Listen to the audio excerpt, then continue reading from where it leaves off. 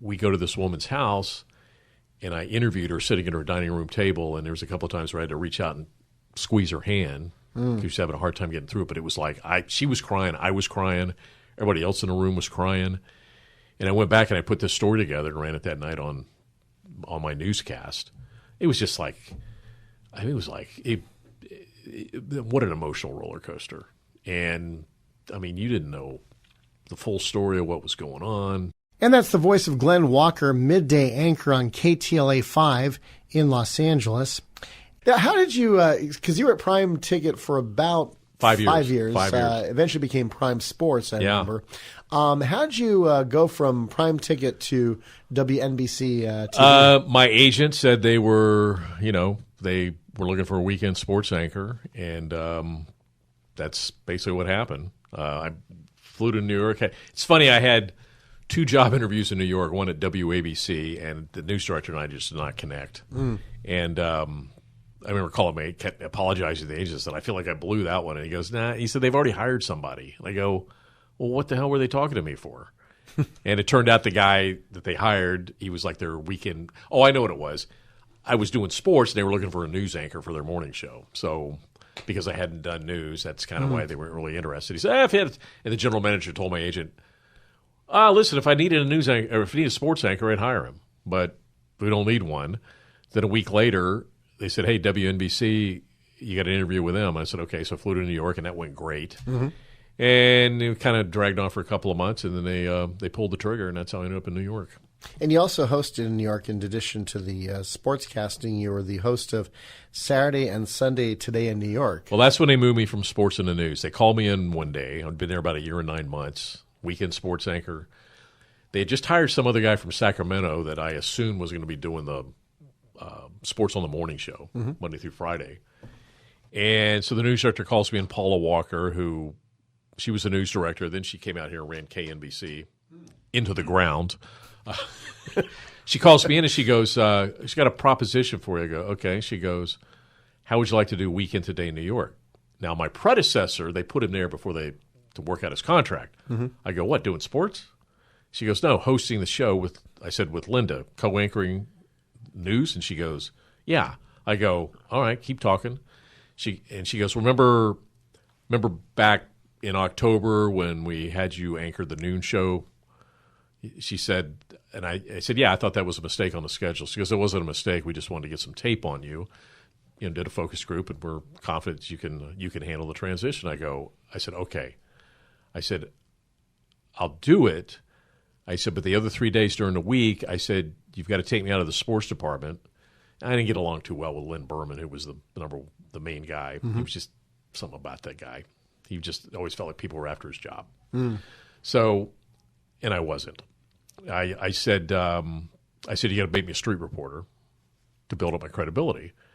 And I mean, that's a great news town to cover, especially stuff on the street. And she's like, okay.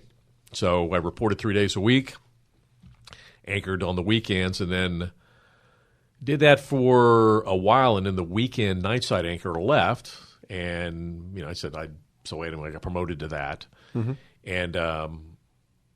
then I was filling in on the morning show on 9/11.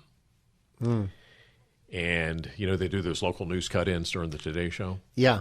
So I was getting ready to do one at and this one was done in the newsroom at a flash cam. They call it a flash cam. And the assignment desk is probably 20 feet behind it. Now, just to clarify, you were already there before. I was already there. I already anchored the morning show, which then was from the local Today in New York during the week, runs from 5 to 7 a.m. And then the Today Show starts. Then you do the local news cut-ins till 9 o'clock, and then whatever after that. So I remember the guy on the assignment desk, Pete McGowan, he goes, hey, somebody just called and said a small plane hit the World Trade Center. And I turned around and I go, call upstairs, tell them to turn the camera around, because at top of 30 Rock, they had a camera that did a complete 360 in the middle of Manhattan. So they turned the camera around, and it's like this big hole with all this black smoke coming out. And I'm like, that's a big hole for a small plane. And instead of going to me, they went to the other anchor down in the studio. We were on the 7th floor studio, 6th floor, 7th. We were on the 7th floor, studio was on the 6th floor, right across the hall from Conan O'Brien's studio. So I said, do you want me to go down? And they said, somebody goes, you call the MTA. And they said, get down to the studio. She can't do that by herself. So I'm getting down to the studio, and I walk in, and I'm putting my mic on, and our reporter in the helicopter is talking. So the view of the second plane hitting was from the chopper. And it just looked like a big fireball coming out of the second building. You didn't actually see the plane. Mm-hmm.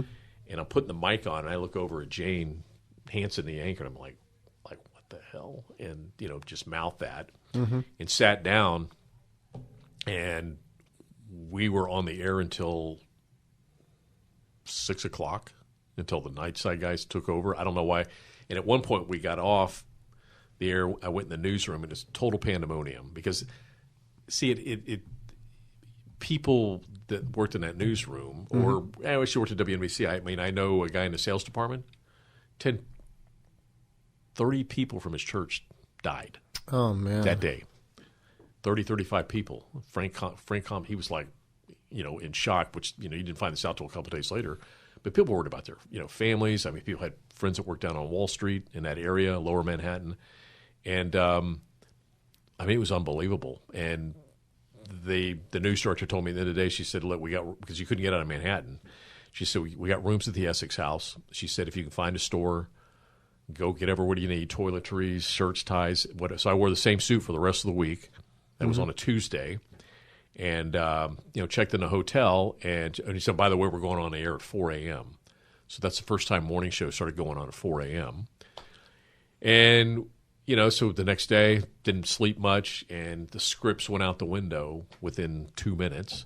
Mm-hmm. And, again, it was like a marathon day till like 2 or 3 in the afternoon. And it was like that the rest of the week. And then I had to turn around and anchor the weekends. And I finally got out on Friday. And I remember going home, and there was a story about something that happened at a Dunkin' Donuts I lived in Cedar Grove, New Jersey, so I went over there. I guess what it was, it said the people in the donut that worked in the donut shop were cheering. I think they were all Indian or Pakistani. Mm-hmm. And so I went over there to check it out, and nobody's really saying anything. And then some woman in the parking lot, she recognized me, and she goes, I just came to get some donuts. She goes, a friend of mine, her husband was in the World Trade Center. And I said, really? She said, yeah, she hasn't heard from him. And I go, she goes, do you want to talk to her? I go, yeah, if she'll talk.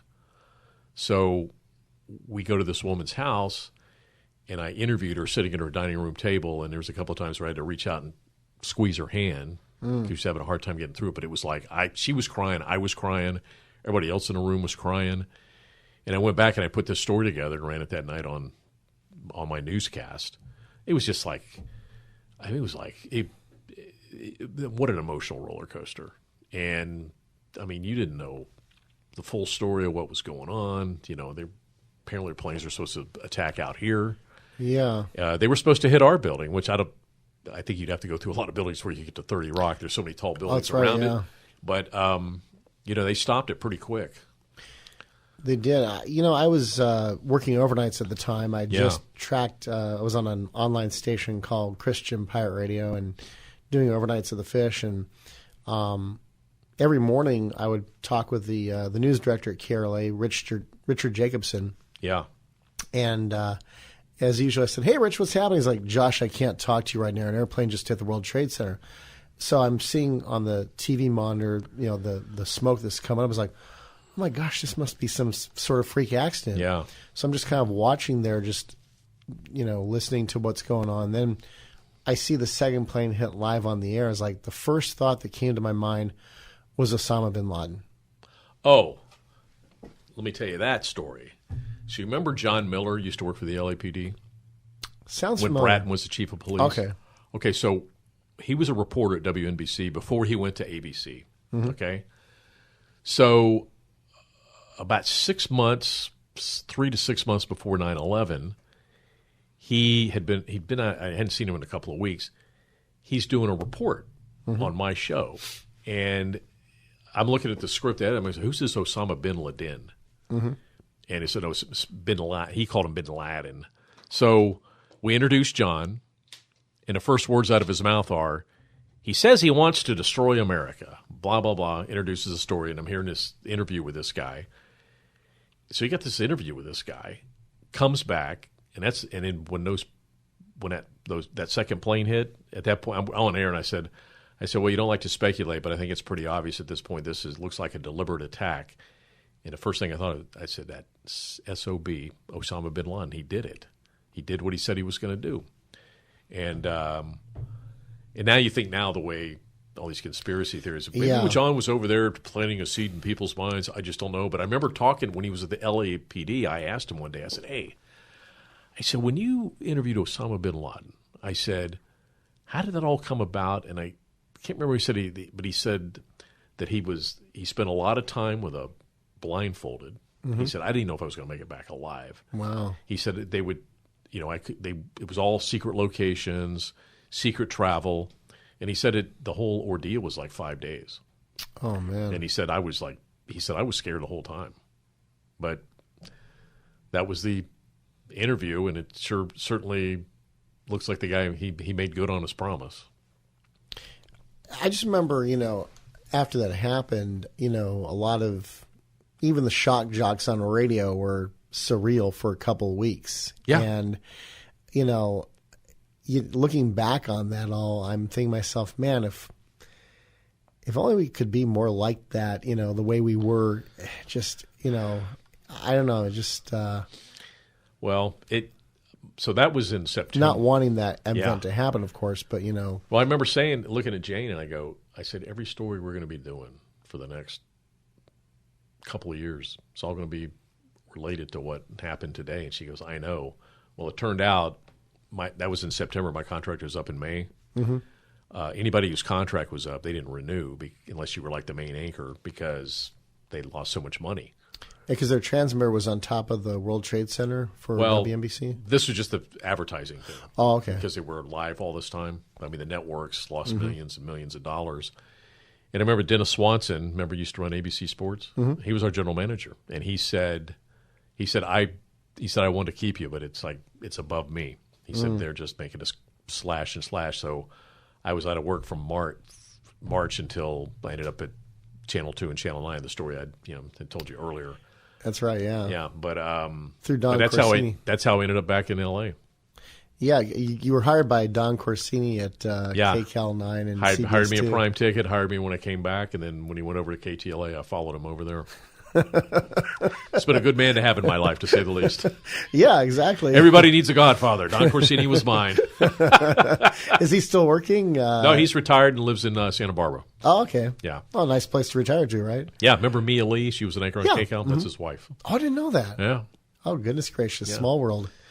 His wife before that was Tawny Little. That's right, Tawny Little. I remember she was first on ABC 7 anchoring with Jerry Dunphy, and then she would also fill in a couple times on AM Los Angeles. But the last 2 years... KCAL.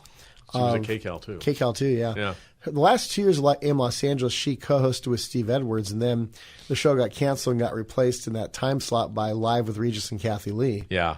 So just kind of a small world. It's funny. I had to move my mom out here. She passed away, be 2 years this June. She actually lived in... There's a senior facility right over here. Yeah. Mm-hmm. Yeah, on Louise Street, right sort of next to behind the office building that's next to Trader Joe's. Mm-hmm. So that's where she was in a senior apartment in Burbank. That's where she ended up the last year. But she was big into Daughters of the American Revolution and the Mayflower Society. Mm-hmm. So I'd have to take her to these meetings, right? Mm-hmm. And they were in Ventura County.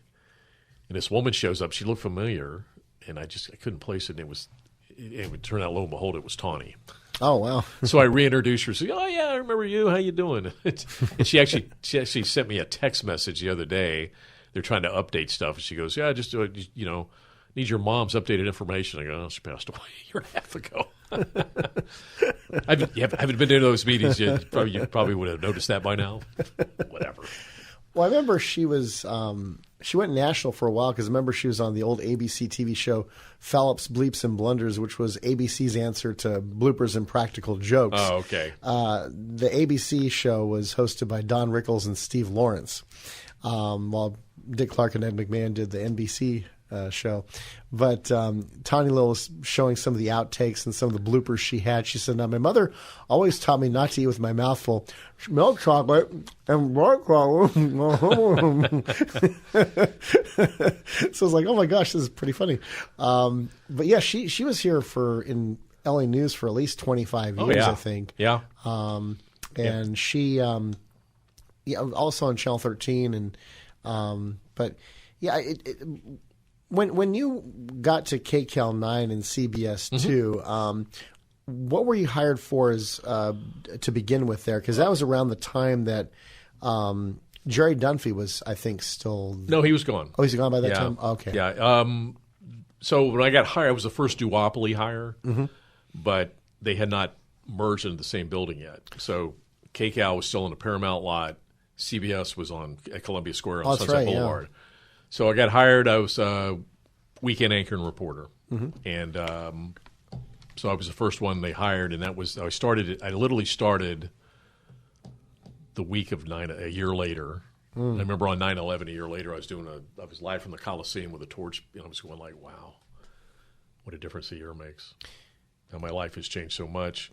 But I was the weekend anchor reporter, and then it was in January when all the KCAL people came into the building. And I remember the first day, it was like, it was like a zillion people. It's like 10 pounds of people in a 5-pound bag. It was just kind of crazy. And of course, they built a new building over in Studio City, which moved in there. It was like the Taj Mahal. It was awesome. Yeah, Columbia Square has quite a history in itself. That's where I first interned on the 4th floor at Oldies 93 KCBS FM, which was the oldies station at the time. And I think by the time you were there was Arrow 93. You know, it was weird rocker. When they all moved out.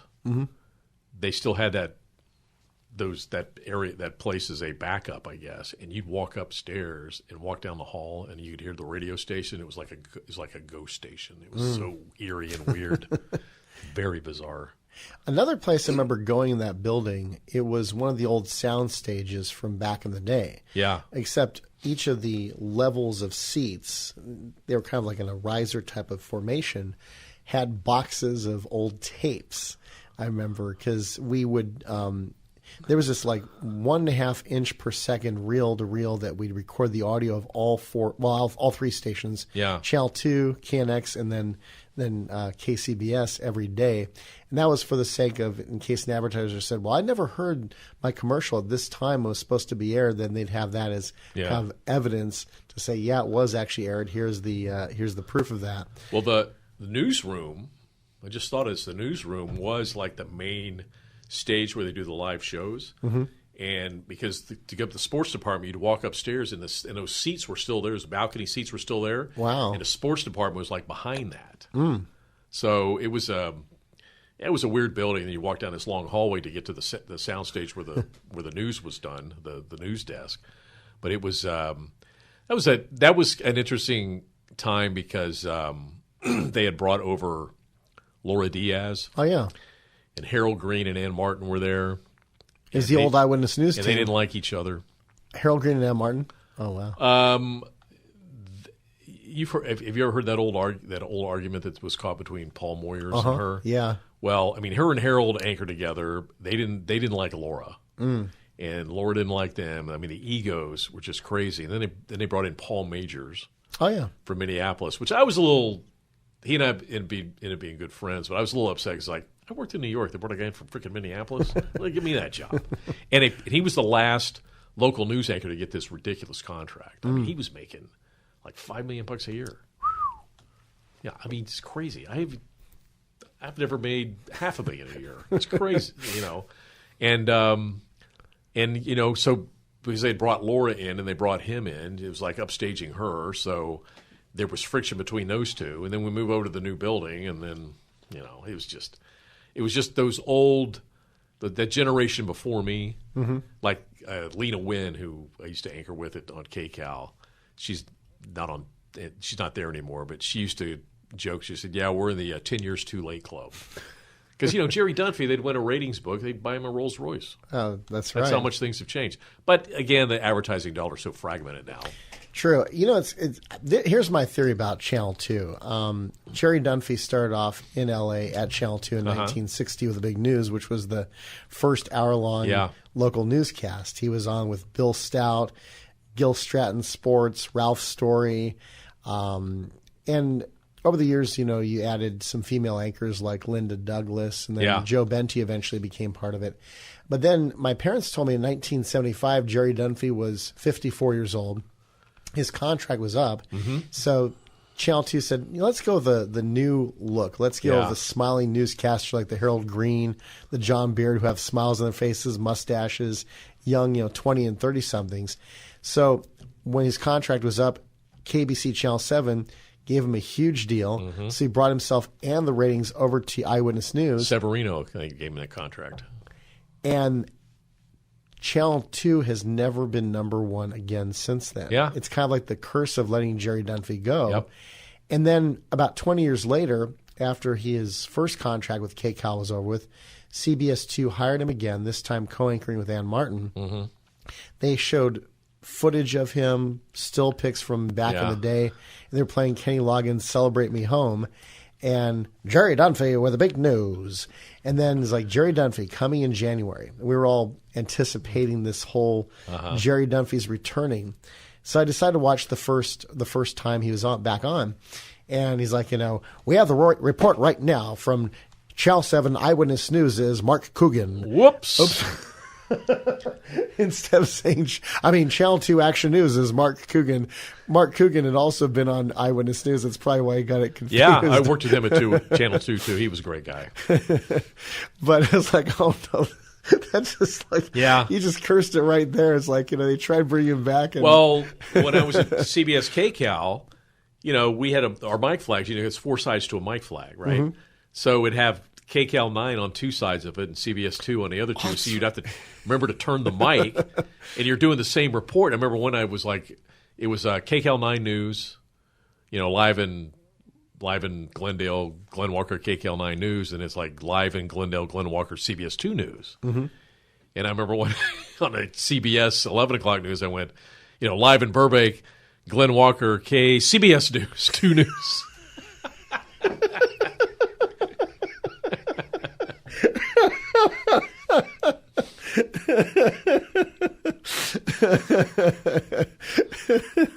Kind of reminds me of a small town, radio station, TV stations where one person does so many jobs and they forget what they are. Exactly. Like Gary Owens told the story about where he was hosting the kids show dressed up in a chicken suit, and right after that, 3 or 4 minutes later, he had to be in the newscaster chair, with a suit and tie on. He couldn't get the chicken suit off, so he goes into the newsroom and just reads the news wearing the chicken suit, but he just reads it straight, draws no attention to himself, but he still got fired, but it's still a funny story. No, actually, the first 2 stations I worked at, the news directors were the news anchors. Oh, wow. Yeah. Dang. That's a lot of power. Yeah. Well, I think Hal Fishman kind of was news director at KTLA 5 when he was there. Well, I went to news director, but nobody told him what to do. That's true. Speaking of a lot of history, the lot that we're on, I guess they started on the Paramount lot, and then they moved to the lot that we're at now, the Sunset Bronson lot. We're talking with Glen Walker from KTLA Channel 5. Next time, we'll find out how he got to the CW affiliate in Los Angeles, as well as some interesting history about the oldest TV station on the West Coast.